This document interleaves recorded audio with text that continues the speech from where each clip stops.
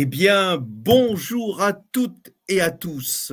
Bienvenue dans le journal du luxe intelligence numéro 1. Premier rendez-vous live sur LinkedIn de ce premier semestre.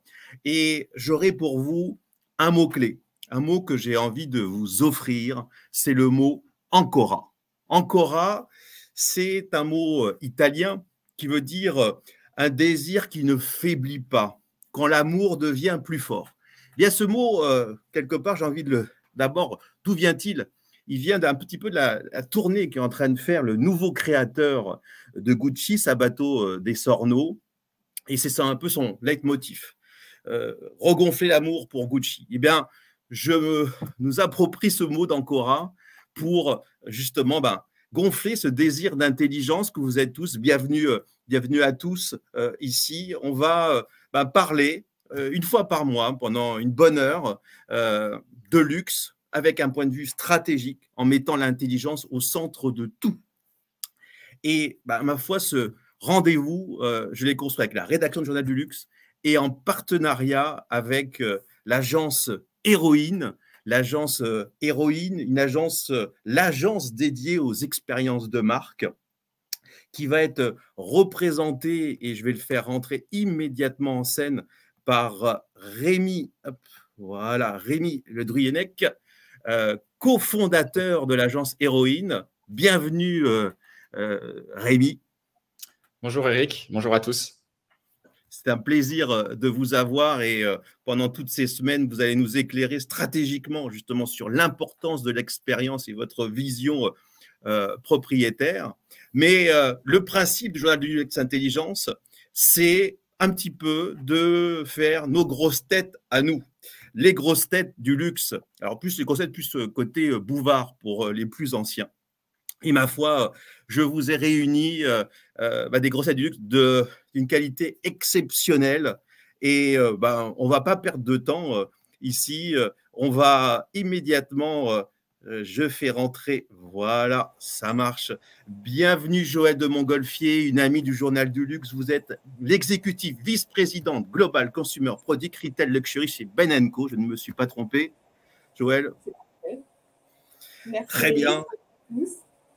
Bienvenue Joël. Alors, je vais vous poser, pas pour vous présenter, parce qu'on vous connaît beaucoup sur le Journal du Luxe et on sait l'importance de Ben & Co, qui est pour moi l'étude fondamentale pour comprendre tous les mouvements sur le luxe. Et mes amis, je vous invite, je sais que vous êtes déjà nombreux, plus de 1500 inscrits, c'est extraordinaire, ici à poser vos questions sur le chat. Je vais, pour avoir une introduction rythmée, le thème, c'est l'intelligence. Première petite question, Joël, pour vous introduire. Qu'est-ce que vous avez remarqué de smart dans l'actualité du luxe? Le petit point à observer. Alors, moi, ça remonte à l'été, mais il y a eu beaucoup de grandes manœuvres dans le luxe, et notamment des mouvements d'acquisition qui réintroduisent un petit peu de piment dans l'actualité du luxe. On est habitué à voir LVMH réaliser des très gros deals et rappeler un petit peu tout ce qui se présente sur le marché. Et tout d'un coup, on a vu d'autres acteurs se réveiller. Kering, évidemment le mouvement Tapestry Capri Holdings, qui est le plus significatif en fait de tous ceux qui ont eu lieu pendant l'été. Rolex Bucherer, donc ça bouge dans le luxe. Même question pour vous, Rémi? Oui, alors moi, c'est sur la seconde main, il y a un chiffre qui a retenu mon attention cet été. 60% des Français ont, au cours des 12 derniers mois, acheté ou vendu des produits d'occasion. Et ça soulève une vraie question pour les maisons de luxe, c'est doit-on reprendre la main sur la seconde vie de nos produits ou laisser les autres le faire? On a des acteurs comme Monogram qui ont déployé une expérience autour justement de cet achat de seconde main avec la bourse, des prix de seconde main, etc. Gucci Vault qui le fait. Et puis d'autres maisons qui restent plutôt en retrait, voire réticentes, comme Chanel, qui refuse, pour le moment en tout cas, de pouvoir proposer cette offre-là. Donc ça soulève plein de questions. Comment on peut les réintégrer au sein des collections du neuf, et surtout, est-ce qu'on peut proposer des parcours et des expériences dissociées avec une nouvelle collection versus des produits de seconde main? Question de la durabilité, question aussi d'un point de vue retail aussi, comment adapter, avoir son propre réseau, ses propres boutiques ou son propre e-commerce dédié à la seconde main. Oui. On en reparlera. Stéphane Truchy, CEO du groupe IFOP, grand ami du Journal du Luxe. Bienvenue Stéphane. Bonjour Eric, bonjour tout le monde. Alors, la même question. Qu'est-ce que tu as remarqué d'intelligent dans l'actualité du luxe? J'ai plutôt retenu une initiative de marque. J'ai bien aimé la continuation du repositionnement de Burberry, notamment avec la London Fashion Week, avec cette idée que la marque, en même temps qu'elle pousse une image de montée en luxe, investit des lieux inédits, le métro de Londres, pour réaffirmer son ancrage culturel. Je trouve très intéressant cette démarche de se réapproprier des lieux, des traditions, des couleurs de la marque pour enfoncer encore plus loin le retour dans le côté très britannique, très anglais, et retrouver, et je pense que c'est l'élément intéressant de ce positionnement, ces racines de marque qui sont la base d'une construction de marque forte et durable. Voilà, j'ai trouvé ça intéressant parce qu'on est en même temps là dans l'idée qu'on touche de public, et par rapport à mon sujet du quiet luxury que j'aborderai tout à l'heure, c'est un élément intéressant. C'est vrai que c'est hyper intéressant le reboot Burberry. Je ferai bientôt un article d'analyse du discours du nouveau créateur, là encore, Lee. J'ai l'impression qu'on a la somme de deux choses. On a sur la brand élévation, en effet, avec aussi une élévation de qualité, de prix, de quiet luxury, et en même temps, on est sur la marque culturelle. Donc, la synthèse des deux est intéressante, et on va voir si ça marche d'un point de vue business, et on ira voir. Merci Stéphane. Je fais rentrer Michael G. Bienvenue Michael, bienvenue au Journal du Luxe Intelligence. Vous êtes le CEO de Launch Matrix, qui nous donne tant de data passionnantes, avec bientôt en plus une rubrique sur la beauté et sur le parfum, sur le JDL qui arrive. Et alors, même question Michael, qu'est-ce que tu as remarqué de smart dans l'actualité du luxe? Alors, moi, ce que j'ai remarqué, ce qui m'a interpellé ces derniers jours, c'est quelque chose qui au démarrage, est plutôt synonyme de bêtise, mais qui peut déboucher sur beaucoup plus de créativité. Je pense au vol de la collection de Balmain. C'est ce qui m'a interpellé d'abord parce que voilà, c'est l'irruption du réel dans le magique et dans ce qu'il y a de plus cru. Ensuite, parce que je pense que les équipes des studios, elles peuvent faire face à énormément de situations qui sont incroyables, mais alors celle-là, je pense qu'elles ne s'y attendaient pas quand même. On se demande aussi quel peut être le mobile de ce vol-là. Et en même temps, ils ont décidé de maintenir la collection. Il y a quand même 50 pièces qui ont été volées. Donc, je suis très impatient de voir ce que ça peut donner au niveau créatif et la résilience d'un designer. Je trouve ça très smart qu'ils aient quand même maintenu leur défilé. Et puis pour finir, je vais parler de Brand Entertainment, pour prendre un peu de distance et voir ça avec un peu d'humour. Je trouve que c'est un pitch incroyable pour une série ou pour un film de démarrer par le vol de la collection d'un designer à quelques jours du défilé. Je pense que là, la réalité dépasse la fiction. Et tout le travail en communication qui est fait sur les réseaux sociaux, en termes de discours, d'accompagnement, on fait attention aux chauffeurs qu'il n'y ait rien, Dieu merci. Enfin, bref, là, on est sur une saga, vont-ils réussir ou pas? C'est vrai qu'on rentre dans le réel, et quand Fashion is Entertainment, là, on est sur une télé-réalité entertainment, en effet, extrêmement intéressant. Merci Michael, à tout de suite. Et je fais rentrer Fabien Leroux, je suis très heureux de vous avoir, Head of Creative TikTok. Bienvenue Fabien. Merci, bonjour à tous. Alors moi je suis tombé, j'ai été fasciné par vos présentations. Alors les supports font beaucoup de présentations, mais alors là, les présentations TikTok c'est quelque chose. À l'époque je vous connaissais sur la partie planning stratégique, plus sur luxe et mode et beauté. Et là, vous avez du coup ouvert vos champs en étant patron de la création, tout secteur, avec bien sûr un centre de gravité luxe, mode et beauté, j'imagine. Exactement, puisque sur la France, c'est une des grosses verticales. Alors Fabien, même question, est-ce que vous avez vu quelque chose de smart dans l'actualité du luxe? Alors moi, comme Mickaël, je vais parler de délinquance. En fait, j'ai trouvé très intéressant le fait qu'il y a une petite marque qui s'appelle Namilia qui a sorti une collection inspirée du sac du Birkin d'Hermès, qui l'a détourné. Je crois que Christina Aguilera l'a porté.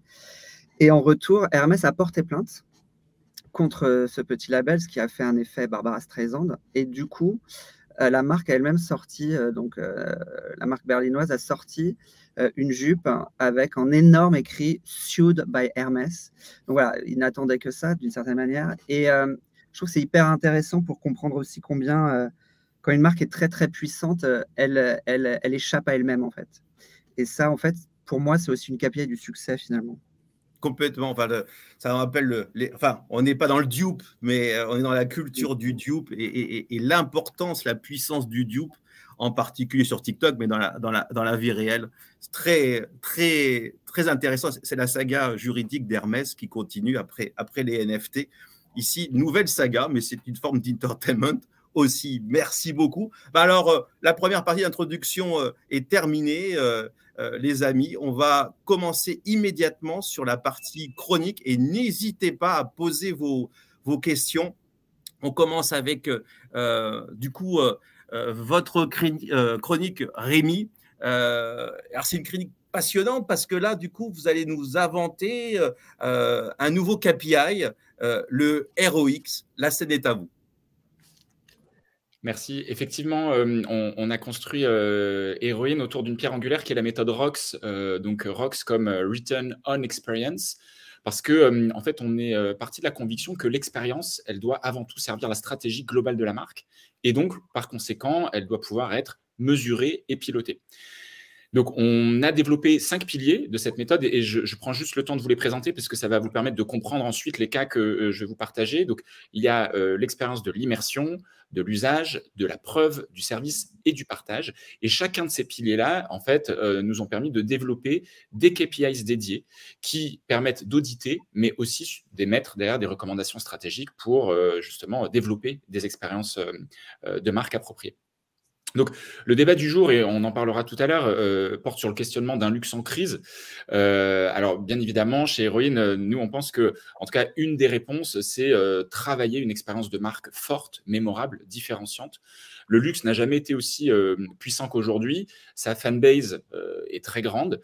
Les marques sont extrêmement influentes. Donc, aujourd'hui, l'enjeu, selon nous, c'est de voir comment on peut s'adresser à la communauté, de comprendre quelle est la différence entre un client et un fan, parce que les deux sont essentiels en fait dans l'écosystème de la marque, et surtout qu'il est vraiment essentiel de pouvoir articuler, nourrir et faire vivre ces différents publics là-dedans. Donc, les marques, ça n'est plus aujourd'hui seulement ce ne sont plus seulement des fournisseurs de produits, mais elles doivent se positionner, et surtout les maisons, comme des créateurs d'expériences mémorables.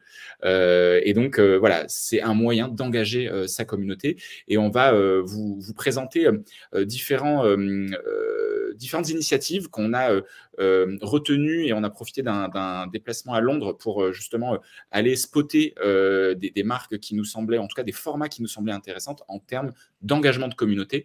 Et on peut commencer par la première qui, du coup, alors ça c'est le chapeau, c'est comment on va passer en fait d'un storytelling. Et c'est vrai que les maisons ont longtemps été autour de leurs histoires seulement, donc elles se racontaient. Aujourd'hui, il faut réussir à passer à un story living, faire en sorte que la communauté de la marque puisse être aussi actrice de l'histoire et des chapitres qu'on a envie d'écrire avec elle. Donc, la première façon de faire vivre ce story living, c'est de pouvoir faire vivre l'ADN d'une marque hors les murs.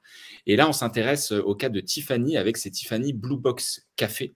Et c'est vraiment intéressant parce que avec ce café, donc bien évidemment qui est revêtu, et on le voit sur la slide suivante, du bleu iconique Tiffany, on n'est clairement pas forcément en train de targeter la cible habituelle de la maison, puisque les acheteurs de parures et autres pièces de joaillerie, en tout cas, sont les bienvenus, mais ce n'est pas forcément la plupart des personnes qui s'y rendent.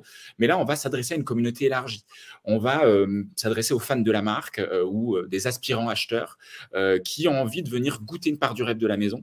Et donc, on leur propose, autour du Breakfast at Tiffany, de pouvoir vivre ce moment de rêve chez Tiffany. Donc ça, c'est comment on sort des murs en fait, d'un espace marchand, d'une boutique, pour justement faire vivre l'ADN et engager la communauté dans des expériences au-delà de l'acte d'achat. Le deuxième point, c'est s'adresser à la communauté des gifted. Alors, ce qu'on entend par gifted, c'est la personne qui va recevoir un cadeau, et c'est vrai que notamment dans le luxe ou dans la beauté, il y a beaucoup de raisons d'achat qui sont liées au cadeau. Et ce que fait Penalygons, on le trouve très intéressant parce que là, clairement, la marque cherche alors, à nous raconter son histoire, mais surtout à transmettre cette histoire, transmettre ses valeurs à la personne qui va utiliser le produit final avec tous des éléments de storytelling qui permettent, de scénariser l'acte d'achat, mais surtout lorsque j'ouvre le cadeau chez moi, que je n'ai pas forcément une connaissance très précise de la maison, je vais pouvoir avoir ces éléments de storytelling, ces vignettes, ces cartes, etc. Et donc, je vais pouvoir commencer justement à connecter avec la marque. Et donc, pour la maison, c'est l'occasion d'aller recruter dans cette communauté élargie d'acheteurs. Et donc là, on est vraiment sur ce qu'on appelle, nous, le pilier du service, c'est on offre une expérience personnalisée. On a parlé de Burberry en introduction, et en fait, engager la communauté, ça commence déjà par offrir des parcours fluides et de qualité. Donc, on a fait l'exercice avec Burberry, puisqu'on a été visiter donc, le nouveau flagship qui a ouvert cet été, mais surtout, d'abord, on a pris rendez-vous en ligne. Aujourd'hui, il y a des maisons de luxe qui font attendre jusqu'à 2 heures devant une boutique, notamment en Asie. Alors, certaines vont se dire que c'est la preuve qu'elles sont extrêmement désirables. Nous, on pense que en termes d'usage, il n'y a pas de quoi se flatter de ce genre de choses et qu'il faut travailler la façon dont on va pouvoir qualifier les visites en magasin. Donc, on a fait cette expérience. On peut prendre rendez-vous, on peut expliquer la raison de notre visite. On a des SMS de rappel, etc. Donc, tout est très bien fait. Alors, c'est un peu décevant une fois qu'on arrive en boutique parce qu'on n'est pas attendu. On nous a demandé de réexpliquer la raison de notre choix et surtout, on nous a dit, pour la personnalisation, faites-le en ligne, c'est beaucoup plus simple. Donc, bonne initiative, bon démarrage, sauf que cette expérience de l'usage, elle n'a pas été jusqu'au bout, en tout cas pour nous. Et donc, ça manque de fluidité. Or, c'est quand même important pour convertir. Ensuite, faire de la communauté des ambassadeurs. Et donc là, on quitte un tout petit peu l'univers du luxe, mais ce que fait On, donc c'est la marque de running avec ses flagships, est extrêmement intéressante parce que quand on voit que dans la beauté, la plupart des marques, pour faire la preuve de leurs produits, utilisent des noms très compliqués, des principes actifs, des formules, etc. Là, on voit que la marque utilise un vocabulaire qui est accessible par tous. Run, recycle, repeat, c'est limpide. On a des engagements très forts, donc on a là une expérience de la preuve qui est marquante, mais on ne se satisfait pas de dire que on fait des choses en termes de sustainability. On propose aux visiteurs de rejoindre le mouvement, de s'inscrire au programme Cyclone. Et donc, tous les 6 mois, on va recevoir une paire de running nouvelles pendant que les usées seront recyclées par la marque et reproduites derrière. Et au-delà de la preuve du produit, ce QR code qui propose de s'inscrire à des sessions de running. Donc là, pour le coup, c'est du partage avec la communauté, c'est intéressant. Et c'est aussi la preuve que finalement, l'expérience de marque, elle se poursuit hors les murs aussi, à travers la communauté que la marque aura réussi à créer. Donc le ROX. Donc, alors le ROX, en fait, On, il est très très bon. Là, on a focusé sur la preuve et le partage. À la base, on voulait vraiment faire justement l'étude de full de Burberry. Une très grosse déception en termes d'expérience, en tout cas in-store pour nous, parce que justement, les initiatives de personnalisation, de service, même d'immersion, de storytelling sont assez pauvres, en tout cas dans ce nouveau flagship, même si cette possibilité de pouvoir qualifier sa visite, la préparer et être accueilli est super. Donc voilà, donc il y a plein d'initiatives sur les 5 piliers que j'ai pu développer sur la méthode. L'idéal, bien évidemment, c'est de pouvoir travailler les différents piliers en fonction à la fois de la stratégie de la marque et puis du public auquel on s'adresse. Mais en tout cas, ça donne un bel aperçu des initiatives qui permettent d'engager la communauté. Et puis, on rentrera, puisque vous êtes... Et merci notre partenaire dans les autres chroniques pour comprendre le ROX, comment ça marche concrètement. J'ai une question hyper intéressante justement sur Burberry. En ce moment, il y a plein de choses en effet. Piccadilly, enfin bref, des métros, des stations de métro couleur 2. On a un restaurant très working class populaire.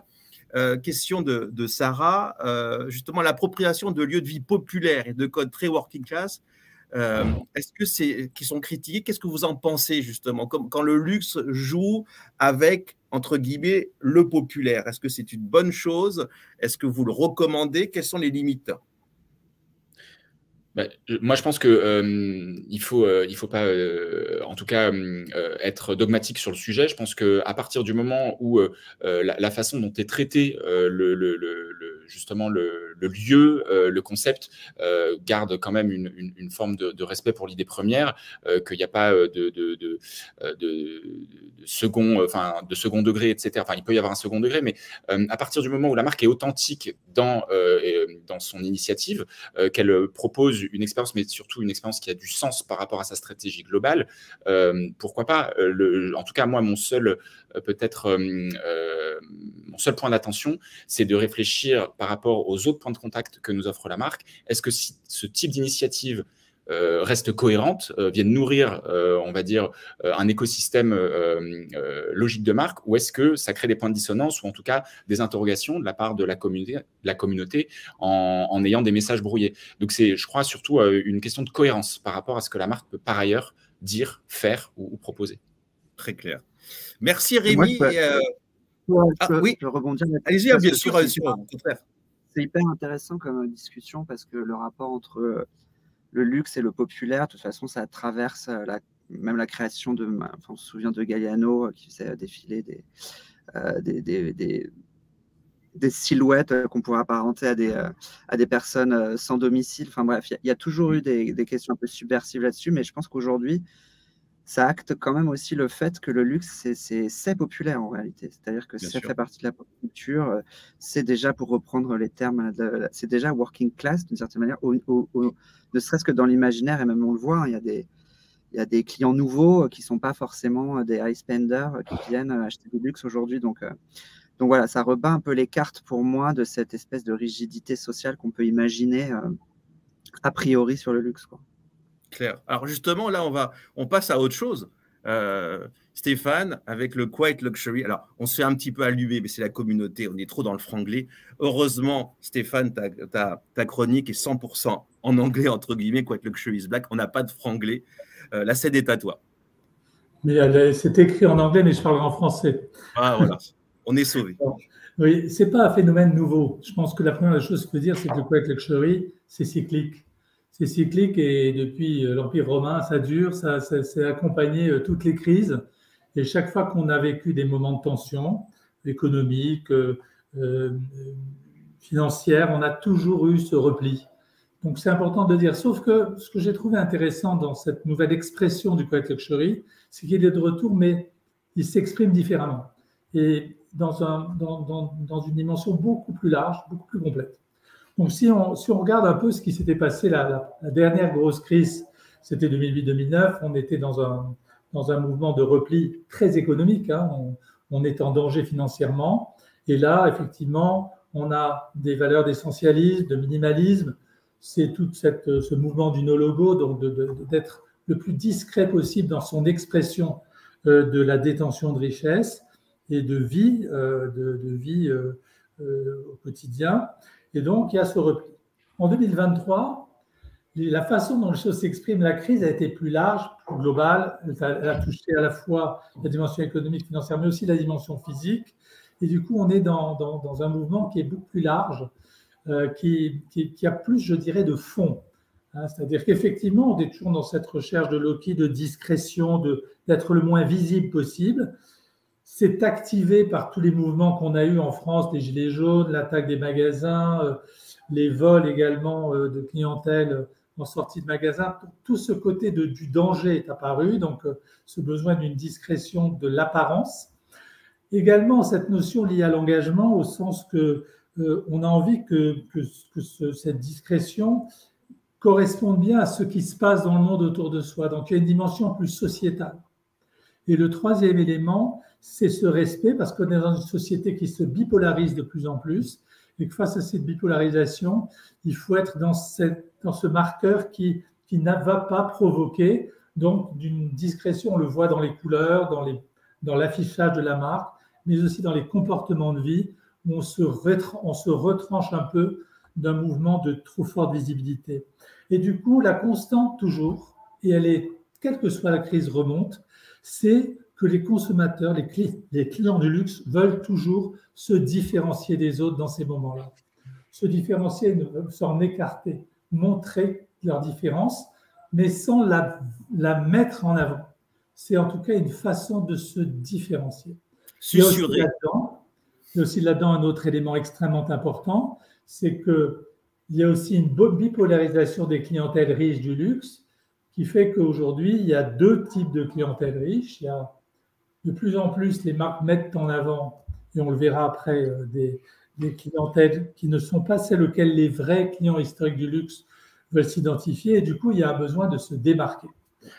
C'est un peu les nouveaux aristocrates, les New Old Money, je les ai appelés, avec ce petit jeu de mots autour du New et du Old, mais on est sur quelque chose qui effectivement retrace un périmètre de clientèle qui est très particulière. Ce sont effectivement des clients qui sont mûrs, qui ont une vraie connaissance de l'industrie du luxe, qui sont en recherche d'un plaisir très individuel, très intime, très personnel, très subtil, qui ont du pouvoir d'achat. Ce sont des gens qui sont dans ce mouvement-là, sont dans l'entrisme, ils sont entre eux, ils ont envie de se reconnaître entre eux, ils ont envie de se parler entre eux, quand un simple regard leur permet de se reconnaître. Ils ont aussi un niveau d'éducation qui a progressé, d'éducation par rapport à la matière, par rapport au luxe, par rapport aux produits, par rapport au savoir-faire. Donc, ce sont de vrais experts, de vrais connaisseurs et qui sont, parce qu'ils voyagent beaucoup. Et c'est intéressant parce qu'avant, ils étaient très européens. Mais aujourd'hui, on trouve des luxury aspirers de cette cible du quiet luxury dans beaucoup de pays dans le monde, même dans les pays émergents, où ils cohabitent effectivement avec d'autres types de clientèle du luxe dont ils veulent se démarquer. Il y a toujours cette recherche de rareté, de marques très intimes, très personnelles, très individuelles, de collections limitées, et puis une sensibilité à tout cet environnement culturel et social. Ils ont cette conscience-là qu'on n'avait pas forcément en 2008, mais plus d'engagement, plus de volonté d'être dans ce respect d'une société qui met en difficulté un certain nombre d'individus, et une société complexe, difficile, bipolarisée. Et puis, toujours, et ça se renforce, une sécurité, une assurance dans les choix qu'ils font, dans leur choix de marque, dans leur choix de collection, dans leur choix de produits et dans leur goût. Donc ça, c'est intéressant. Donc on voit qu'il y a une affirmation quand même de ce public-là qui est très fort, très sûr de lui et de ses choix. Alors, il y a des motivations aussi qui ont évolué. Ça, je pense que c'est l'élément probablement le plus riche dans ce qu'on a pu observer à travers toutes les études qu'on mène sur les high net worth individuals partout dans le monde. Notre compétence en termes d'interrogation des clientèles du luxe est reconnue. Donc, on a aujourd'hui, on le sent, une vraie modification quand même du champ des aspirations. Alors, il y a le besoin de différenciation, j'en ai parlé. Il y a cette non-ostentation. C'est vrai qu'avant, c'était « je ne veux pas me montrer ». Aujourd'hui, c'est « je veux être reconnu des gens au groupe auquel j'appartiens ». Donc, dans cette histoire de la non-ostentation, il y a aussi une histoire de se reconnaître entre eux. Un simple regard sur une couleur, une matière, sans pour autant voir le logo de la marque, va permettre de se reconnaître et de s'identifier comme faisant partie du même groupe. Et puis, on est plus sur le produit que sur la marque. Et ça, je pense que dans les stratégies de marque, c'est important de revenir sur le produit, sa matière première, sa conception. C'est très important parce que c'est une clientèle experte qui veut parler du produit. Et là, c'est un mouvement très fort. Cette idée aussi de la sustainabilité, du durable. On n'a pas envie d'avoir des produits. Donc, la qualité est un élément clé pour donner une longévité de la vie au produit, parce qu'on est responsable, on est un client et un consommateur responsable. La notion de sens qu'on a toujours eue, mais qui se renforce encore, puisqu'elle est élargie au niveau notamment du RSE. Cette notion de protection qui s'est renforcée. Avant, c'était peut-être ne pas se montrer, là, c'est se protéger, parce que le monde est devenu plus violent, plus agressif, on se sent en danger. Les derniers mouvements qu'il y a eu ont vraiment déclenché une réaction de peur, de protection. Et enfin, ce désir de l'authenticité, authenticité dans la vie, authenticité dans le produit, authenticité dans la relation avec les autres, qui prend une dimension très forte. Donc on voit que c'est ça qui a changé pour moi le plus, c'est l'élargissement du champ des motivations de ces adeptes du quiet luxury.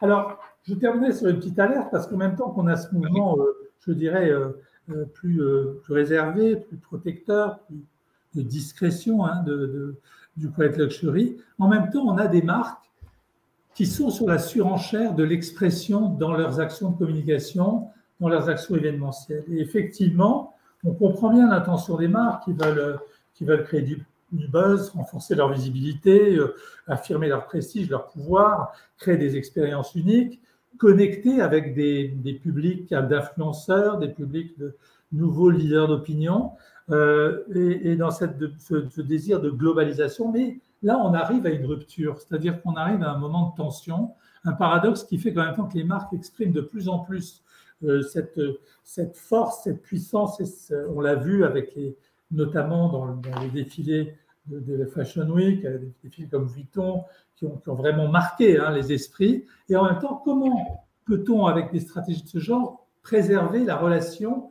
avec ces clients adeptes du aspirers du quiet luxury qui vont trouver que tout ça, c'est superfétatoire, c'est une surconsommation, une surexpression, un respect environnemental douteux et une politique d'élite au sens où on va toucher ces élites qui ne sont pas forcément leur élite, avec cette idée de superficialité, d'appropriation culturelle, de quelque chose qui recrée plutôt l'univers de la fast fashion que celui de la mode discrète et intime, et une santé mentale aussi qu'on met en question. Donc là, j'alerte un peu les marques qui, on le comprend, doivent avoir ces actions d'expression, je dirais, emblématiques, fortes, et qui sont des marqueurs, mais qui en même temps doivent se dire qu'aujourd'hui, elles adressent deux publics, et qu'il ne faut pas qu'elles négligent ce public des quiet luxury, qui est quand même le public, je dirais, le plus ancré dans la marque et dans la consommation de produits de luxe,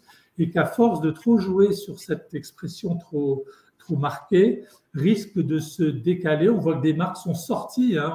On prend l'exemple de marques comme The Row, comme Bottega Veneta, qui ont véritablement fait des stratégies de repli par rapport à ça. Même Gucci, qui a modifié sa façon de s'exprimer.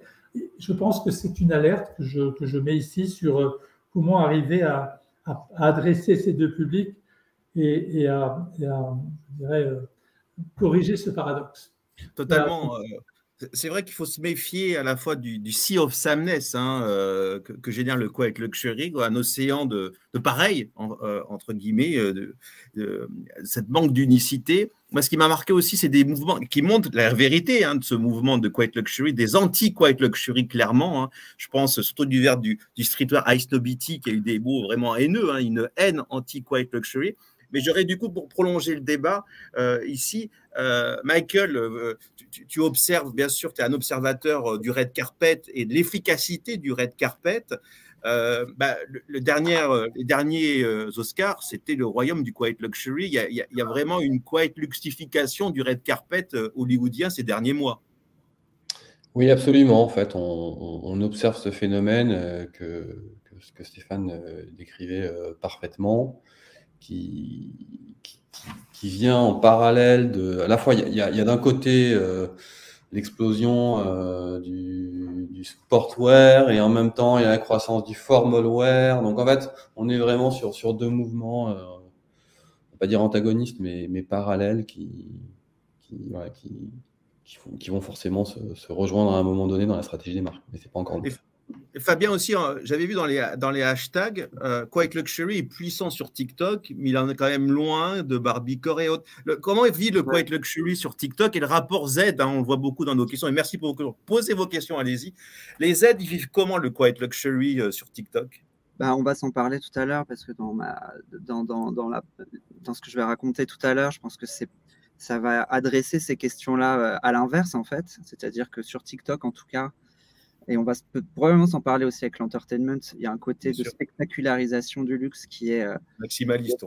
Mais moi, je dirais même, en fait, ce que je trouve paradoxal et intéressant, c'est que, pour reprendre l'exemple de Bottega Veneta qui se retire des réseaux sociaux, en fait, c'était pas du tout quiet. En fait, ça fait un bruit monstrueux, en fait. Exactement. Le fait qu'il s'y retire était en soi spectaculaire. Donc, en réalité, voilà, de toute façon, toutes ces marques-là, elles sont dans une bataille de l'attention, globalement. Et à des moments, le quiet peut aussi être une manière pour elles d'attirer l'attention. Mais au final, sauf pour des marques qui vont rester niches, qui vont rester dans des tout petits segments de croissance, il va se poser la question de la spectacularité. Mais ça ne veut pas dire de l'absence de sens, ça ne veut pas dire de l'absence de protection, etc. Mais à un moment, le travail d'une marque, c'est d'être vu. Alors, c'est encore plus vrai probablement sur les générations les plus jeunes qui sont nourries d'images, de vidéos, pour prêcher de ma paroisse, quoi. Mais c'est amusant parce qu'il y avait les 125 ans du Ritz et on était dans ce mix de sens, de maximaliste, de Louis XIV, de Soleil. Il y avait un ensemble qui était extrêmement intéressant. Là, Joël, la notion de polarisation qu'a mis en avant Stéphane est intéressante, mais je vous le garde sur votre partie avec les vents contraires. Moi, j'avais une question, Rémi, pour vous, avec une très très belle question, hein, et pareil pour vous tous, mais entre guillemets mes grosses têtes, de ne pas négliger la dimension spirituelle dans le quiet luxury, retour au sacré et quête de soi. Et m'amène une question, déjà, comment tu réagis à ça, Rémi? Je pense que c'est fondamental. Et du coup, le quiet luxury, comment ça s'exprime en expérience magasin? J'essaie de répondre à toutes ces notions. Vas-y. En tout cas, nous, on trouve qu'il y a quelque chose d'extrêmement intéressant sur les initiatives de maisons ces derniers mois. C'est qu'on crée parfois des espaces, alors permanents ou temporaires, pour venir célébrer la marque, célébrer une des icônes, un best-seller, son histoire, etc. Donc, il y a presque quelque chose de l'ordre du pèlerinage. Donc, il y a vraiment cette recherche aussi de pouvoir sacraliser, vénérer des histoires ou des mythes que l'on aime. Et sur l'expérience, c'est le fait de proposer aux gens qui viennent visiter les marques quelque chose qui a du sens dans le parcours. Donc, on n'est plus forcément sur la techno pour la techno, le waouh pour le waouh. Il faut que tout cela vienne servir un propos, vienne soutenir des engagements de marque, un discours sur le savoir-faire, sur le service proposé. Donc, c'est ça aussi, c'est qu'aujourd'hui, les clients, ils veulent de l'expérience, mais pas forcément juste pour en avoir plein les yeux et de se dire que ça va être Instagrammable, mais que pour eux aussi, il y a un réel bénéfice dans leur relation qu'ils ont à la marque et surtout un vrai sens dans la consommation qu'ils ont aujourd'hui des produits. J'adore ton mot pèlerinage. Voilà, c'est ça l'expérience Journal du Luxe intelligente. On se fait plaisir ici. Et c'est vrai, du coup, je souligne le salut Sabine. C'est vrai que, du coup, LV, et ça va amener la chronique, bien sûr, de Michael sur le Branded Entertainment. On a eu un Pharrell Williams avec 1,5 milliard de vues, Vuitton, où on était dans un luxe codé et maximaliste. Est-ce que LV est quiet luxury et en même temps maximaliste? Moi, j'ai l'impression que c'est chez Vuitton, il y a un jeu entre la femme et l'homme et ça permet du coup de jouer un peu des deux. Je ne sais pas ce que vous en pensez. Allez-y. Bah, moi, je trouve qu'en fait, tout ça, ça nous fait sortir du débat de cette impossibilité pour le luxe de concilier à la fois l'exclusivité et le côté accessible. Voilà, je pense que ça y est, c'est fini. Maintenant, il y a à la fois des clients qui sont des clients traditionnels et puis on a d'autres qui ont d'autres aspirations et on doit concilier les deux. Et la question, c'est pas de cacher l'un pour l'autre ou d'essayer de ratisser large, c'est d'essayer de satisfaire des publics avec des collections, avec des communications, avec des stratégies différentes. Et je trouve que cette acceptation, pour moi, je trouve qu'elle fait du bien. Voilà la question, c'est quoi le luxe? C'est quoi le luxe? Ça sera pour le prochain, les amis. On vous prépare un spécial littéraire. Il y a plein de livres qui sortent. On va avoir Nelly Rodi. Bref, on va vous régaler le mois prochain. Michael, on a parlé de Branded Entertainment, donc forcément, la scène est à toi. Alors, hop, je reviens. On y va. Alors, qu'est-ce qui se passe? Vous voyez, pas du tout. Qu'est-ce qui se passe? Alors,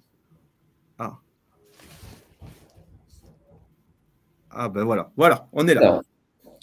Alors, Brand Entertainment. Alors, Brand Entertainment, vous connaissez tous déjà, c'est cette approche subtile qui consiste à intégrer des produits, des marques dans des contenus de divertissement, qu'il s'agisse de cinéma, de séries ou de jeux vidéo. Le tout, bien évidemment, en créant une connexion émotionnelle forte, immédiate, avec un public. Et l'objectif, c'est de faire disparaître la frontière entre la communication, le marketing, la publicité et le divertissement. Mais ce qui s'est passé cette année, ça marque vraiment une étape historique dans la relation qui est pourtant, on va le dire, très très bien établie entre les marques d'un côté et l'industrie du divertissement. Et puisque je représente à cette table, je pense, le data guy, je vais démarrer par des datas et des chiffres issus L'analyse de Launchmetrics. Donc, pour la première fois, cette année, en mai, nous avons mesuré la valeur médiatique du Festival de Cannes pour les marques de luxe. Et on a fait ça en utilisant notre algorithme propriétaire, Launchmetrics, qui s'appelle Media Impact Value, qui mesure pour chacune des publications sur le print, sur le online et sur les réseaux sociaux, la valeur d'un post, en dollars ou en euros. Donc on a fait ça. D'habitude, on le fait pour les Fashion Week, on le fait bien évidemment pour plus de 1200 marques de luxe qui utilisent nos panels et nos data au quotidien pour se benchmarker, pour réviser leur stratégie. Mais là, on l'a fait pour le Festival de Cannes. Et je dois être honnête, je ne m'attendais pas du tout au résultat. On était extrêmement surpris de constater que la valeur du red carpet, c'est-à-dire du Festival de Cannes, eh bien, elle était assez sensiblement supérieure à celle du runway. C'est-à-dire que si on mesure l'impact médiatique du Festival de Cannes, selon nos algorithmes, selon nos data, on arrive à une valeur supérieure à 1 milliard de dollars, c'est-à-dire 1,3 milliard de dollars en 2023, là où elle était de 724 millions de dollars en 2022. Donc une augmentation de plus de 80%. Et si on regarde ça, c'est le slide suivant, je pense, par rapport au Fashion Week, si on prend Paris, Milan, Londres et New York pour l'ensemble des marques qui défilent, on arrive à une valeur de 731 millions de dollars. Donc en gros, on a un événement purement entertainment qui, pour les marques de luxe exclusivement, hein, je ne parle pas des autres marques qui sont représentées dans le Festival de Cannes, mais on arrive à une valeur qui est supérieure à la somme des valeurs des 4 Fashion Week. Et en plus, qui a augmenté de 80% cette année. Alors que l'année dernière, c'était les chiffres parce qu'on était au Journal du Luxe, on était à kiff-kiff quand on était à égalité. Là, c'était sur le Festival de Cannes 2022. 2023, on est à 1,3 milliard. Moi, je vous avais dit qu'on serait aux alentours d'1 milliard. Ça a dépassé assez largement mes prévisions. Voilà. Et donc, après, si on regarde en détail pour certaines marques comme Yves Saint Laurent, Chanel, l'impact du tapis rouge, pour Yves Saint Laurent, il dépasse assez largement celui des défilés. Et même si on prend Chanel, marque emblématique qui a construit sa valeur sur le runway depuis des décennies, et bien pour la première fois en 2023, l'impact médiatique de ce qui se passe sur le red carpet est supérieur à ce qui se passe sur le runway. Yves Saint Laurent, c'est 25%. Alors Yves Saint Laurent, c'est pas tout, parce que pendant le même festival, la marque a annoncé la création de Saint Laurent Productions, participé à la sélection officielle avec Stranger of Life d'Almodovar. Il y a d'autres projets avec Cronenberg, avec Sorrentino. Vaccarello il y avait la cover de Technicart aussi, qui était du coup en affichage kiosque. Donc du coup, on avait Almodovar et Vaccarello. Donc là, ils ont réussi un OPA sur le Festival de Cannes assez incroyable au moment où le Festival de Cannes explose. Donc c'est parfait. Absolument. Et donc Vaccarello a réalisé les costumes des films produits par Saint Laurent Productions. Donc là, on voit bien les interactions. Notre prédiction chez Launchmetrics, c'est qu'à ce rythme, la valeur red carpet de Yves Saint Laurent sera 2 fois supérieure à sa valeur runway dans les années qui viennent. Et ça, c'est une vraie révolution. Et c'est ce que dit Vaccarello, où il y a une déclaration, un film fait plus d'impact qu'une collection. Alors, un impact médiatique, bien sûr, mais c'est très intéressant sur la marque culturelle. Là, on est en pleine dedans. Alors justement, on va y revenir. Alors, donc ça, c'était en mai. 1 mois plus tard, bien évidemment, donc, le show Louis Vuitton prenait le relais, transformait le Pont-Neuf en une gigantesque discothèque gospel. Avec les débuts de Pharrell Williams, on le sait tous, en tant que directeur artistique ou artiste, bref. Donc là, on est quand même dans une logique dans laquelle, même à ce moment-là, Bernard Arnault expliquait qu'il ne vendait pas des sacs, mais de la culture.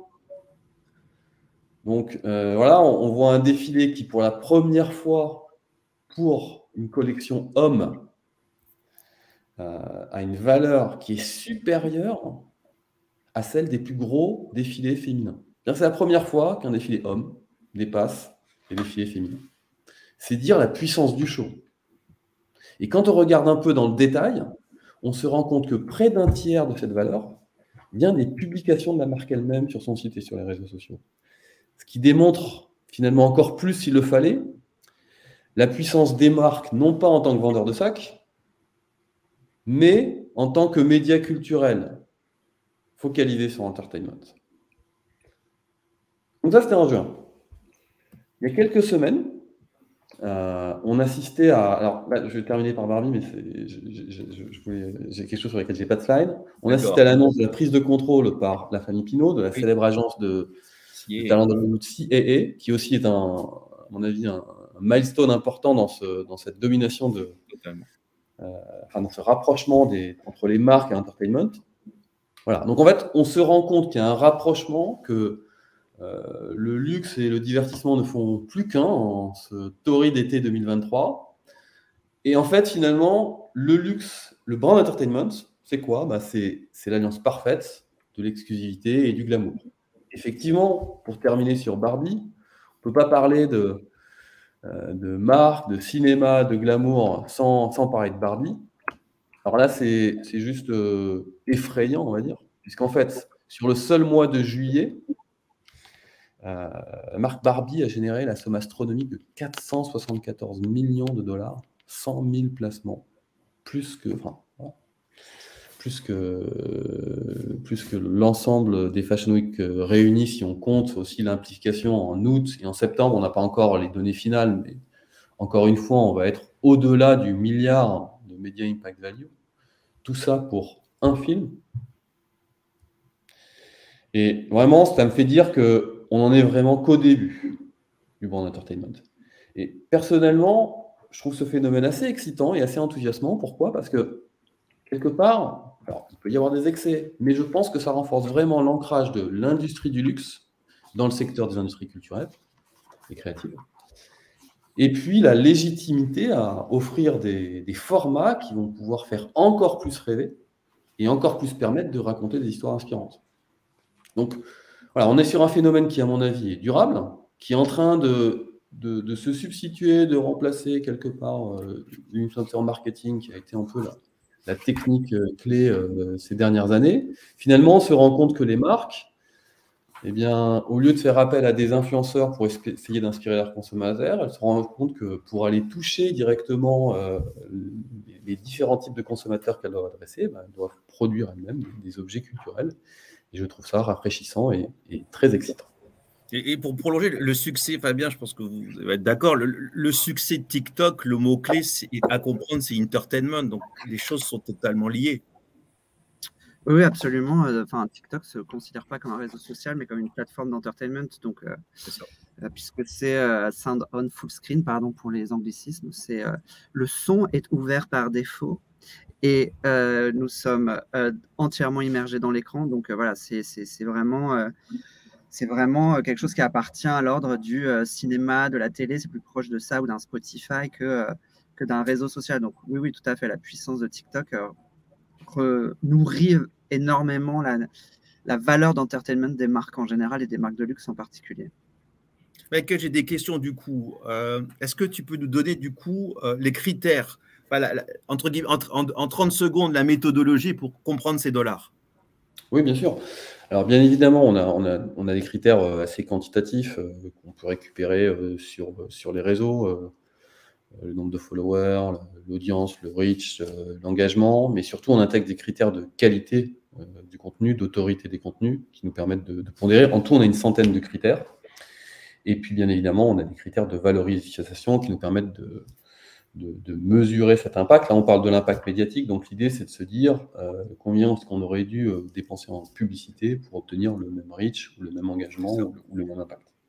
Donc, deuxième question, en effet, on a parlé beaucoup de mode, mais la joaillerie, c'est une histoire d'amour avec le Festival de Cannes, et je pense particulièrement à une maison qui mise, je veux dire, il fait all-in pratiquement pendant le Festival de Cannes, c'est Chopard. Est-ce que tu as déjà des résultats là-dedans? Est-ce que Chopard a fait un bon Festival de Cannes de 2023? Chopard est numéro 1. En fait, je me suis pas attardé sur Chopard parce qu'en fait, je voulais faire la comparaison avec le runway et montrer justement comment est-ce que justement l'entertainment pouvait non pas se substituer, mais être un complément totalement critique par rapport on va dire au Fashion Week. Mais bien évidemment, Chopard est la marque numéro 1 du Festival de Cannes, aussi bien en 2022 et en 2023, en termes d'impact promotionnel. L'Oréal aussi est extrêmement bien placé dans dans le trio de tête des marques. Effectivement, on a ce baromètre que vous pouvez retrouver sur notre site et bien évidemment qu'on pourra partager au travers du journal du luxe. Parfait, merci beaucoup. On parlait beaucoup de Kering. N'oubliez pas qu'en dernière partie de l'émission, on a le plaisir, l'honneur d'avoir Grégory Boutet, Chief Digital et Client Officer de Kering, qui a répondu à mes questions. Donc, on va prolonger tout ça. Juste une petite réaction, Rémi. Du coup, ce challenge entertainment, il est fondamental en expérience. Donc, ça veut dire que c'est une sacrée compétition pour les boutiques. Est-ce qu'aujourd'hui, j'ai l'impression, je peux me tromper, que la boutique, quand je vois les initiatives de Gucci Salon, quand je vois la multiplication des boutiques de clients, entre guillemets, pour les riches, type Chanel et autres, que la boutique, elle est un petit peu moins entertainment, mais elle se reconcentre sur la qualité de service et ainsi de suite. Je me trompe ou il y a un petit changement de tendance? C'est assez juste. En tout cas, on voit qu'en fonction des formats, les stratégies d'expérience ne sont pas les mêmes. Donc, en fait, sur des formats permanents, les boutiques, on va être sur une recherche de services, de conseils, de personnalisation, d'accompagnement, et puis rentrer peut-être dans le détail des éléments de preuve sur la marque, son savoir-faire, etc.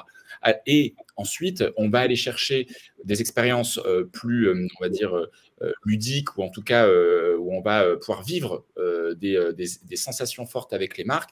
Donc, c'est le Chanel qui fait son show avec le numéro 5, c'est Hermès qui fait Hermès Fit, où on va pouvoir faire du sport dans un monde complètement à l'image d'Hermès, etc. Donc, ça donne des occasions aussi d'avoir des temps avec la marque qui n'ont pas la même vocation. Soit on a envie de s'amuser et d'aller très loin dans les émotions avec la marque, ou alors on a envie de se concentrer sur un certain niveau de compréhension en termes de services et de produits. Fabien, à vous, donc de l'idée à l'image. Allez-y. Ah, on ne vous entend pas, Fabien. Pardon, j'avais mis sur mute le grand classique. Oui, je voulais, moi, partir un peu de cet article que vous avez peut-être vu passer parce qu'il a été pas mal discuté, qui est une tribune parue dans la New York Review de Cathy Orin, qui est une journaliste mode, qui est un peu décliniste parce qu'elle explique en gros que les maisons de mode n'ont plus d'imagination, qu'elles ne prennent plus de risques. C'est un des sujets qu'elle soulève. Et que au lieu de tracer une espèce de route créative pertinente, ils se contentent de faire des événements en prenant un thème un peu au hasard. Donc elle dit, j'ai isolé quelques phrases que je trouvais marrant. On prend un thème, par exemple, les années 40, et puis on va répéter les mêmes silhouettes qu'on a déjà vues 1000 fois. Bon, ça c'est un point qu'elle soulève, mais ce que je trouve très intéressant, c'est qu'elle conceptualise ensuite une opposition entre la mode et le luxe. Elle dit en gros, le problème, c'est que la mode a oublié ce que c'est que la mode et se prend pour est devenue l'industrie du luxe. Et pour elle, elle oppose le luxe et la mode étant une industrie pourvoyeuse de concepts, pourvoyeuse d'idées, pourvoyeuse même parfois de mouvements sociaux. On aurait pu penser par exemple à l'impact que la mode a eu dans les années 60-70 sur des questions de genre, par exemple, enfin bref, et qu'aujourd'hui, elle se contente, d'après elle, d'être du luxe, c'est-à-dire simplement une répétition du même pour vendre des produits, si je caricature un peu son discours. Ce que je trouve très intéressant, moi, dans ce point de vue, c'est que, en fait, ça fait écho à des discussions que nous, on a chez TikTok avec les clients, qui est posée spécifiquement par TikTok quand les marques de luxe ont décidé de venir communiquer sur la plateforme. C'est-à-dire que sur TikTok, ce qu'on ne cesse de dire et ce sur quoi on travaille, nous, en interne et avec les agences et les clients, c'est en fait, on est obligé d'avoir une idée sur la plateforme. C'est-à-dire qu'une vidéo, pour qu'elle attrape de l'attention, il faut qu'il y ait une idée créative derrière. Et ça, c'est nouveau en général pour les marques. Les marques, ça fait très longtemps qu'elles se sont désintéressées de la notion d'idée créative. Parce que là, je vais parler de questions médias, mais il y a des vues forcées, on va faire de l'interstitiel. de l'interruptif, etc. Donc, peu importe que je sois intéressant ou non, je vais exposer mon message. Je parle des marques en général. Et les marques de mode ou de luxe en particulier, elles ont historiquement en fait été drivées par l'image, par d'ailleurs, même en termes de gouvernance, hein, c'est des départements images parfois qui sont au-dessus du marketing, qui sont au-dessus d'autres départements à l'intérieur des maisons. Et donc, sur TikTok, en fait, l'image ne suffit pas. Il faut avoir une idée. Et ça, c'est très nouveau. Alors, est-ce que c'est nouveau? Peut-être pas, puisque c'est ce que nous raconte Cathy O'Reilly. Elle dit en gros, voilà, les marques de mode, en fait, c'est des idées normalement. Elles ont des choses à dire, elles ont un message à raconter. Et alors, à une plus petite échelle, sur TikTok, pour fonctionner, il faut avoir une idée. Et une idée créative. Et alors, ça peut être à des niveaux très différents. Je vais vous montrer quelques exemples pour terminer. Justement, c'était quelques vidéos à montrer. Donc, par exemple, je suis très intéressé par cette marque. Alors, je ne sais pas si vous voyez bien, si ça lag et tout, c'est toujours le problème des vidéos. Mais... Très bien. Eh bien, donc c'est une marque qui s'appelle Avavav, qui est une marque suédoise, je crois, qui défile à Milan et qui a explosé sur la plateforme pour un peu les raisons qu'on a expliquées tout à l'heure de spectacularité en fait, hein, qui sont un peu justement qui rentrent en tension avec cette notion de quiet luxury qu'on a discuté tout à l'heure. Mais ce que je trouve hyper intéressant, c'est que c'est une marque qui est TikTok native d'une certaine manière, c'est-à-dire que voilà, c'est par la plateforme qu'elle a trouvé un public, qu'elle a fabriqué, qu'elle fabrique sa présence à l'esprit. C'est une première pierre. Aujourd'hui, on verra comment est-ce qu'elle va continuer à vivre ou pas, cette marque. Mais ce qui est hyper intéressant, c'est qu'elle va injecter dans ses produits aussi une espèce d'idée de spectacularité. Quand on voyait là tout à l'heure l'image, le produit en elle-même, le fait de showcaser, de montrer le produit, est en lui-même une idée parce que le produit est une idée. C'est quasiment un acte artistique lui-même, c'est ces chaussures qu'on a vues tout à l'heure. Dans un autre ordre d'idée, une autre des marques qui fonctionne beaucoup sur la plateforme, en tout cas qui a fait un bruit assez puissant, c'est Elliott & Mill, qui est un label new-yorkais et qui réinvestit le défilé comme un spectacle. Mais d'ailleurs, on l'a dit un peu tout à l'heure. Hein, on l'a dit un peu tout à l'heure que voilà, il y avait cette spectacularisation du show. Et d'ailleurs, ça revient à ce que racontait Michael tout à l'heure aussi sur l'entertainmentisation, etc. C'est que voilà, c'est quasiment aussi un red carpet, ça. Voilà, c'est pas, voilà, le fashion show, c'est aussi quelque chose se passe de spectaculaire dans le défilé. Donc voilà, vous avez probablement vu cette image qui a tourné beaucoup et qui est de l'ordre en fait quasiment de l'acte artistique. Et puis, je vous montre un autre exemple que je trouve aussi intéressant, c'est Stella McCartney qui au lieu pour montrer des produits, va travailler un pastiche ici, un pastiche de l'entertainment télévisuel justement très populaire aussi, hein, pour reconnecter avec ce qu'on a dit. Mais au lieu de juste montrer des produits ou juste raconter ou juste montrer des images de mannequins, Stella McCartney est obligée de rentrer dans un format audiovisuel. Et TikTok l'oblige, et un format audiovisuel, ça veut dire avoir une idée. Ici, c'est une idée qui est simplement détournement pastiche, qui est aussi d'ailleurs une des grammaires disponibles dans l'art contemporain, par exemple, qui est très puissant. Et donc, c'est pour ça que, un peu, moi, j'avais appelé cette chronique de l'image à l'idée, c'est que on va revenir, en fait, à une conceptualisation, à une idéification, on va dire, de la manière dont les marques de luxe, elles s'expriment, de l'idée dans le produit aussi. Qu'est-ce que j'apporte aux gens et quel est le bénéfice, en fait, hein, si je le dis mal, hein, quel est le bénéfice du viewer sur TikTok, mais quel est le bénéfice aussi que j'apporte aux gens quand je vais fabriquer un produit. Donc, je suis plus optimiste que Cathy O'Reilly. Je pense qu'en fait, la mode est en train de redevenir un monde d'idées. Stéphane, justement, enfin, tu fais partie, par exemple, du Grand Prix Stratégie du Luxe, tu étudies les performances des campagnes de luxe.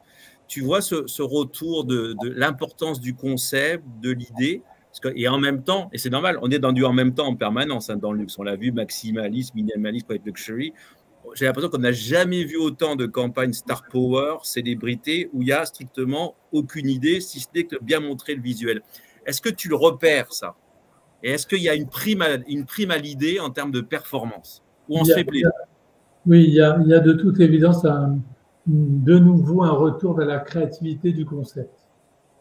Je pense qu'on s'éloigne un peu des campagnes qui sont… Alors, il y a toujours une difficulté de différenciation dans ce certain nombre de catégories. Dans les campagnes parfums, il y a toujours une difficulté à exprimer un concept. Mais quand même, on a l'impression que les marques aujourd'hui vont davantage vers une recherche de concepts forts pour se différencier. Je pense qu'il y a une vraie tendance autour de cette recherche d'un concept, d'une nouvelle façon d'exprimer, etc. Tu as raison, Eric. On le ressent en tout cas dans les initiatives qu'ont les marques. Il y a une forme de nouvelle créativité. On sort un peu des campagnes un peu trop premier degré, un peu trop, et on va plus vers des campagnes qui sont dans du sens, qui redonnent du contenu. Quand je parlais de la campagne Burberry tout à l'heure, avec tout ce qu'on peut dire autour de la streetification de la marque, mais malgré tout, il y a quand même là-dedans une vraie recherche de redonner un contenu, un sens, un ancrage. Je pense que les marques qui aujourd'hui réussissent à redéfinir des plateformes de marque intéressantes et fortes sont des marques qui vont chercher dans leur ADN ce qui les caractérise et les différencie en le conceptualisant. Je pense qu'on a vraiment une tendance majeure qui se dessine par rapport à cette façon d'exprimer la marque. C'est bien de parler de data. Je salue les étudiants de la Paris School of Luxury puisqu'on a intégré dans les cours ce programme. Donc, ils ont un QCM, 4 questions sur tout ce cogito que vous nous partagez. Allez, on va parler vraiment data ici. Joël, c'est un moment. Chaque année, c'est mon bonbon intellectuel. Il y a 2 bonbons dans l'année en plus. Hein. On attend, c'est ça la version définitive sur 2023. La scène est à vous pour parler de la dernière étude Luxury, Bain & Company. J'ai combien de temps, Eric? Allez-y. Bon, allez, on y va. Alors, il faut revenir 2 slides en arrière, je pense. D'accord. Mais en fait, ça, alors vous voyez, c'est la joie du PDF. Ça a sauté, ça marchait très bien. Donc, allez-y. Je sais que de tête, vous connaissez. Sinon, je peux essayer de présenter moi-même. Mais, oui, allez. Est-ce que je vais y arriver? Ouais, non, ça ne va pas marcher. Bon, c'est pas grave. Alors, je reprends, je vous fais le commentaire sans les slides, c'est pas grave, mais le premier graphe que j'avais intégré, juste petit pas de côté, donc Bain, nous, c'est le business du luxe qui nous intéresse, puisqu'on est un consultant en stratégie. Et donc, évidemment, ce qu'on va regarder, ce sont les grandes tendances du marché.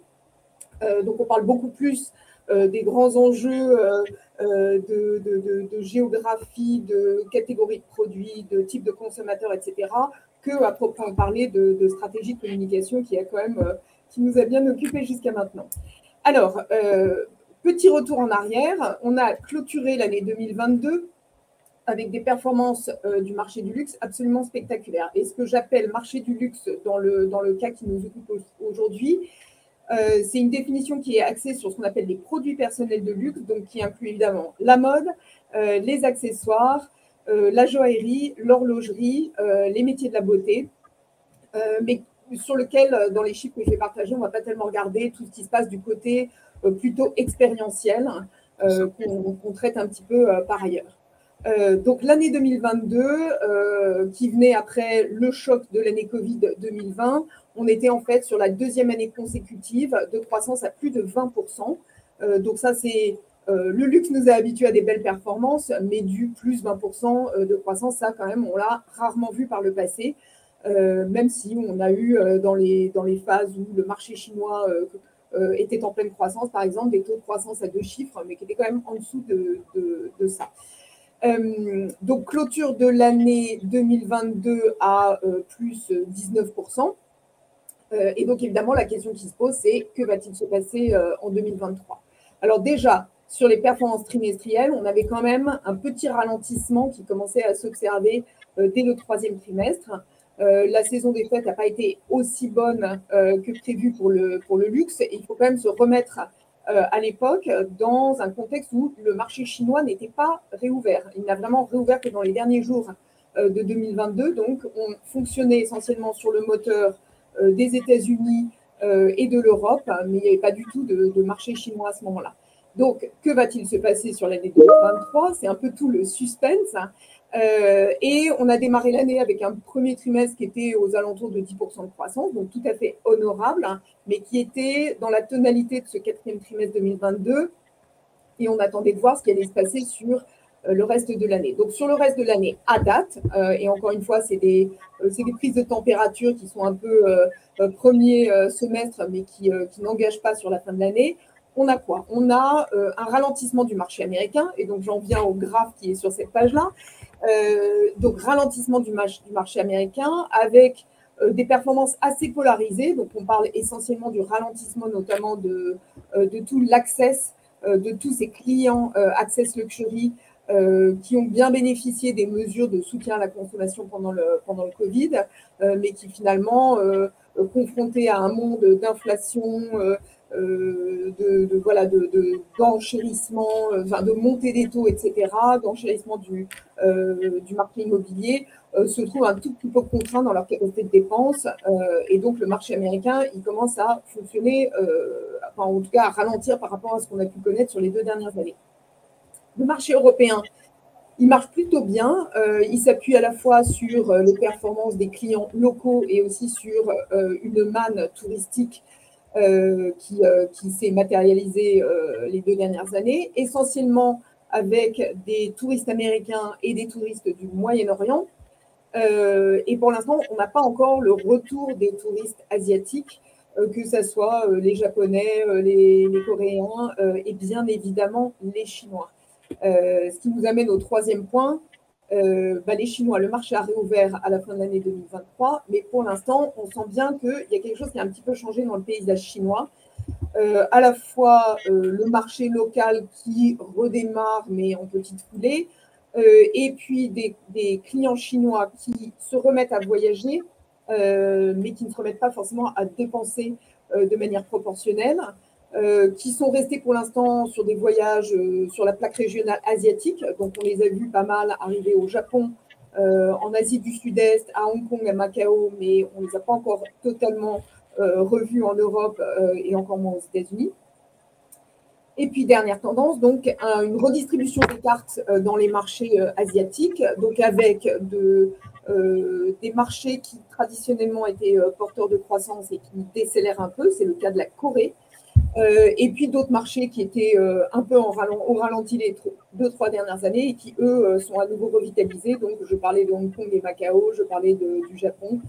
Donc, il y a des choses qui se passent. Et tout ça, évidemment, donc c'est ce qui est couvert sur le bas de la planche, avec une transformation assez substantielle de l'économie du luxe qui est en train de se produire. Donc, on a toutes ces quêtes, cette stratégie d'élévation qui est en train de se déployer, qui s'appuie pour une large part sur des VIC, Very Important Customers, donc vraiment les top customers. Juste pour nous, élévation, stratégie d'élévation, en 3 mots, c'est quoi? Alors, stratégie d'élévation, c'est une quête de l'augmentation des prix. Donc, on part sur du j'en fais peut-être moins, mais j'en fais beaucoup plus cher. Donc, on est sur augmentation de la désirabilité et de l'exclusivité de la marque. On va partir sur des segments de clientèle qui sont beaucoup plus ultra high net worth que sur l'Access Luxury, etc. Il est bien évident qu'aucune des marques à ce stade ne peut se passer des 2 parties de cette clientèle. On ne peut pas devenir une marque conséquente dans le luxe sans s'appuyer sur une base de clientèle assez large, donc qui n'est pas la base de clientèle la plus riche du monde. Mais par contre, pour tirer un peu le modèle vers le haut, on s'appuie aussi sur ces clients ultra riches. Et c'est pour eux qu'on va être dans des quêtes de personnalisation, d'expériences ultra léchées, de salons de démonstration des produits où on sort en fait d'un mode de fonctionnement beaucoup plus orienté vers tout le monde se mélange dans la boutique et tout ça va très bien.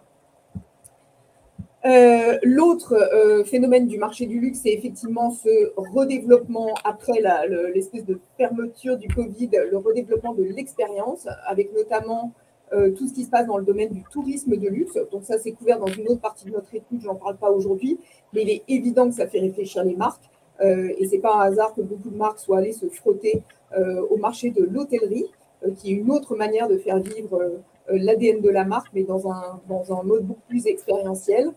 Et derrière, il y a un contexte d'accélération des enjeux sur le développement durable, avec pour une part une réglementation en fait qui vient jouer son rôle et qui va forcer les marques à la transformation, et puis l'exploration du champ technologique, non seulement dans le cadre de la relation, dans la digitalisation de la relation, mais on en a parlé, de la digitalisation des stratégies de communication, et puis on arrive de plus en plus vers une digitalisation de la machine opérationnelle du luxe.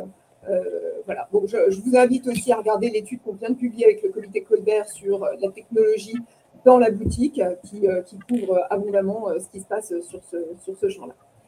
Alors, qu'est-ce qu'on attend pour 2023? Est-ce qu'il faut parler de crise? On ne va pas parler de crise. Le luxe n'est pas en décroissance.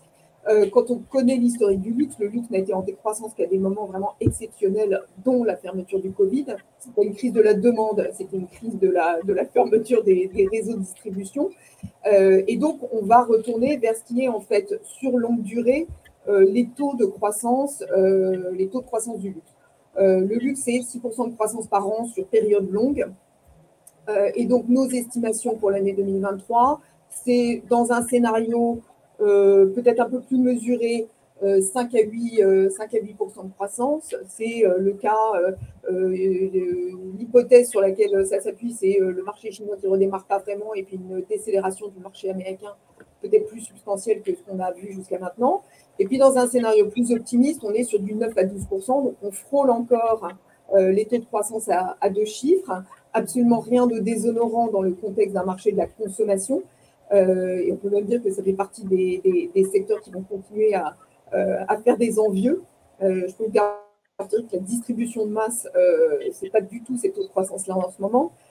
Donc, on n'est pas à proprement parler sur une crise. En revanche, on va effectivement arriver sur une période un peu plus critique, et elle va être critique pour les groupes et les marques elles-mêmes. Donc, on peut passer à la slide suivante. Je vais passer directement à celle d'après, Eric. D'accord. Alors, vous me pardonnerez, le concept peut-être un peu chargé visuellement, mais la partie gauche du graphe, elle dit quoi? Elle dit, quand on regarde les phases de croissance du luxe, on a très concrètement dans les phases de décélération, la mer se retire et on voit ce qui neigeait tout nu. Ou, pour le dire différemment, partant de grands vents, quand la croissance est là, tout le monde peut voler, même les dindes. Et puis, quand il y a un peu moins de vent, tout d'un coup, on voit qui sont les vrais gagnants du luxe. Donc, période 2017-2019, taux de croissance peut-être un peu équivalent à ce qu'on appelle le taux de croissance normalisé du luxe, donc dans les 5-7% par an. 60% des marques arrivent à ce qu'on appelle gagner, c'est-à-dire à faire de la croissance positive. 2019-2020, alors là, c'est l'hécatombe. Il n'y a que 10% des marques qui arrivent à croître. 2020-2022, quand le marché croît à plus de 20% de croissance, là, c'est tout le monde qui bénéficie. Et quand on va arriver sur cette période où le taux de croissance repasse aux alentours de, dans le cas le plus détérioré, 5%, dans le cas le plus favorable, 12%, là, on va à nouveau voir se jouer la grande compétition. Donc, moi, c'est ce que j'appelle la phase de retour à la stratégie, parce qu'on ne pourra pas se laisser porter par le vent et il va falloir vraiment réfléchir à comment est-ce qu'on gagne dans ce contexte-là. Je refais rapidement le lien avec ce que je mentionnais au début de ce journal du luxe, mais ce n'est pas un hasard qu'on voit des grandes manœuvres et de la consolidation se rejouer, puisqu'aujourd'hui, vous avez dans l'industrie du luxe un joueur ultra dominant qui vraiment donne la tonalité.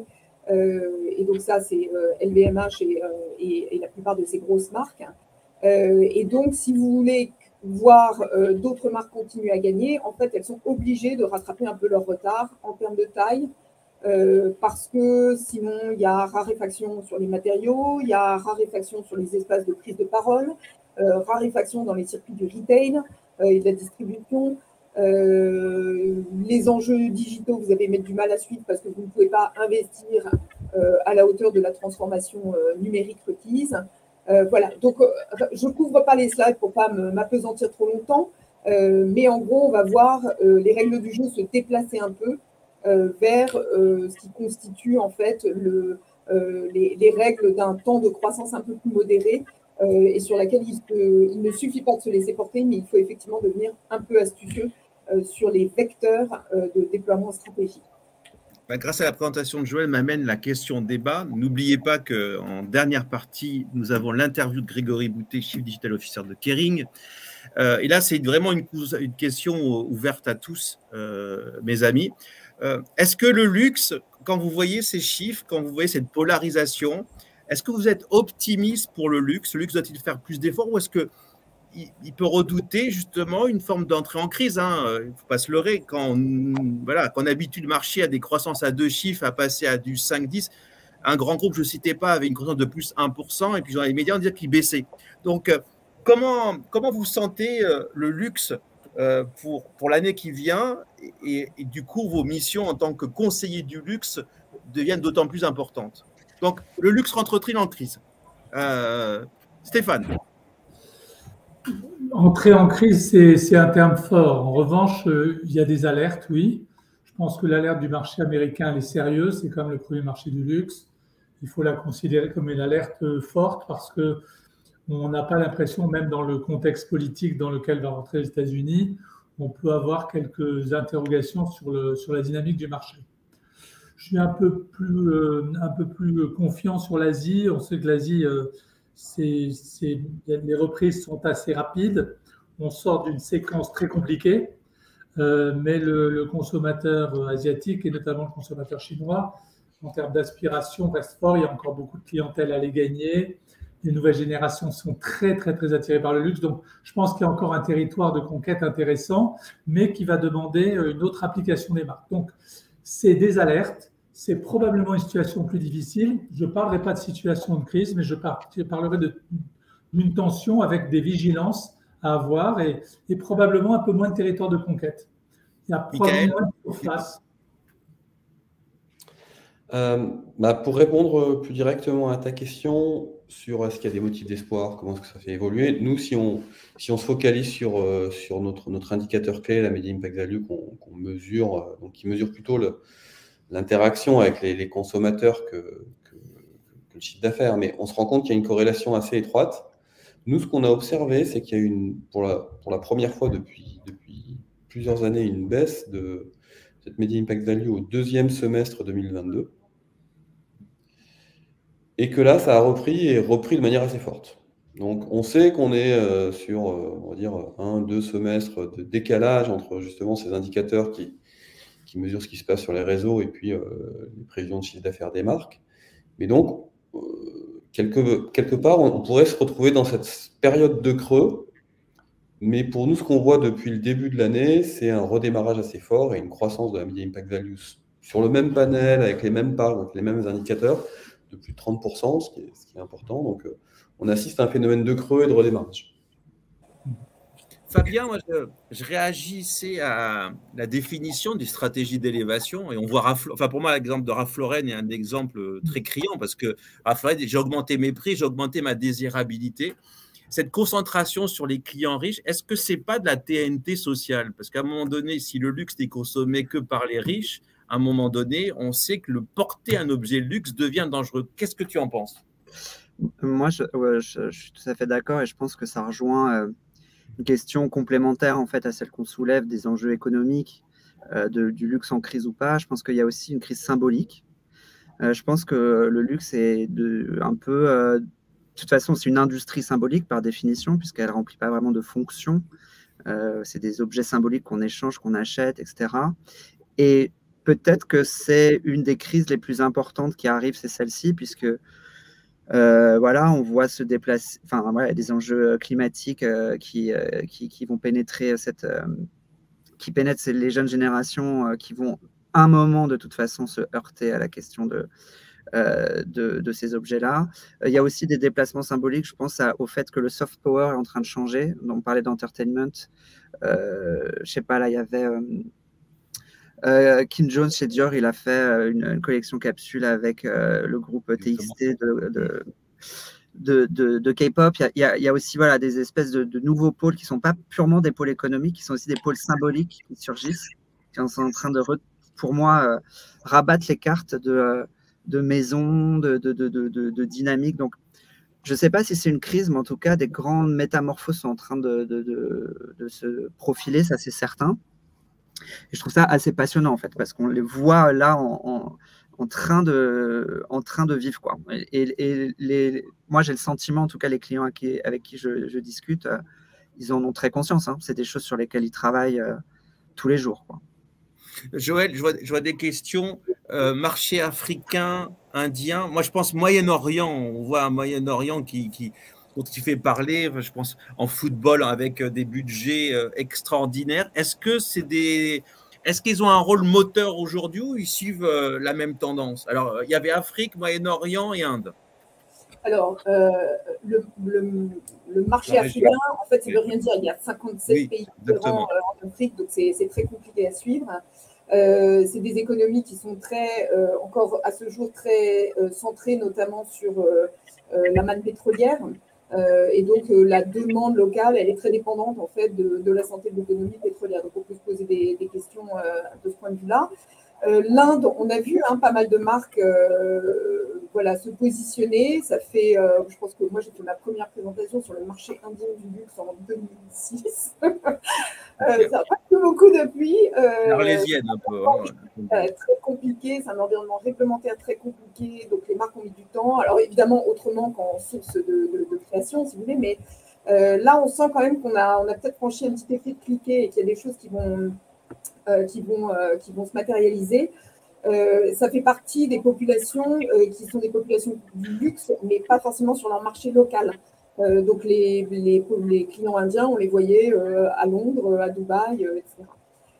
Et le Moyen-Orient, alors très intéressant, je crois que l'estimation que j'ai entendue, c'est qu'en fait, depuis le début de la guerre entre la Russie et l'Ukraine, il est arrivé sans doute à peu près 1 million de Russes sur la place de Dubaï, enfin, au Moyen-Orient en règle générale.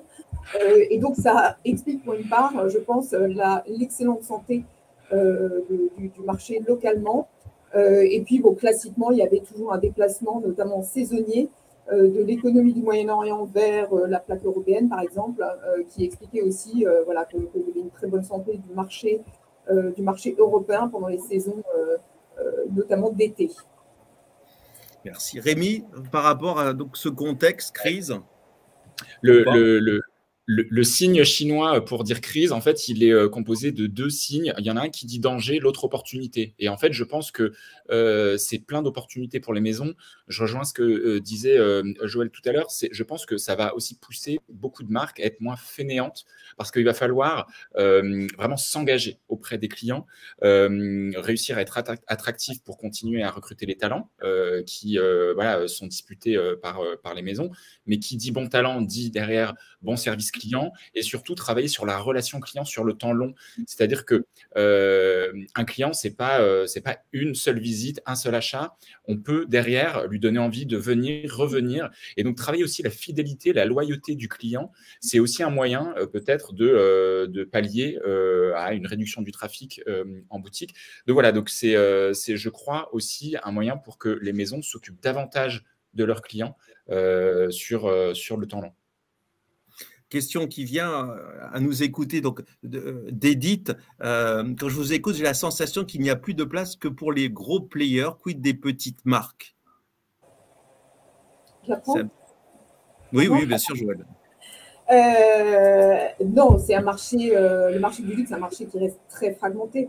C'est un marché, nous, dans notre étude luxe, on suit plus de pratiquement 300 marques à l'échelle mondiale pour reconstituer les résultats. Donc voilà, alors effectivement, il y a, si vous voulez, il y a un jeu qui est en train de se déplacer, il y a une énorme tête du luxe dans laquelle, si vous voulez, le top 10 des acteurs doit représenter vraiment une grosse partie de la valeur de marché. Donc c'est intéressant de regarder ce qui se passe là. Il est évident qu'il reste des marges de manœuvre quand on découpe catégorie par catégorie. Si vous voulez, les dynamiques dans la beauté ne sont pas les mêmes que dans l'horlogerie. Et donc, voilà, il y a encore bien sûr encore des marges de manœuvre. En revanche, c'est vrai que quand on regarde au niveau stratégique le plus agrégé, si vous voulez, un acteur comme LVMH fait contre la taille du concurrent le plus gros. Et la capacité de génération de cash flow équivalente, c'est-à-dire qu'ils produisent 4 fois plus de cash flow que Kering ou que Richemont. Et donc, ça leur donne, voilà, il y a évidemment une espèce d'effet d'aspiration. Le groupe utilise le plein pouvoir de sa taille pour essayer d'assécher un peu le marché pour les autres. Ça se retranscrit dans les prix de part de marché dans les malls, par exemple, dans les centres commerciaux, dans les pays émergents. Voilà, quand le VMH est passé, il a fait son shopping, il n'y a pas beaucoup de place pour les autres. Et évidemment, catégorie par catégorie, y compris dans les endroits où ils ne maîtrisent pas le circuit de distribution, donc dans les circuits plutôt wholesale, côté horlogerie, etc. C'est pareil. Après, on a taille critique, donc ça devient. Évidemment, il y a toujours un espace d'expression pour des plus petites, plus distinctives, mais le jeu devient très, très musclé. Merci beaucoup.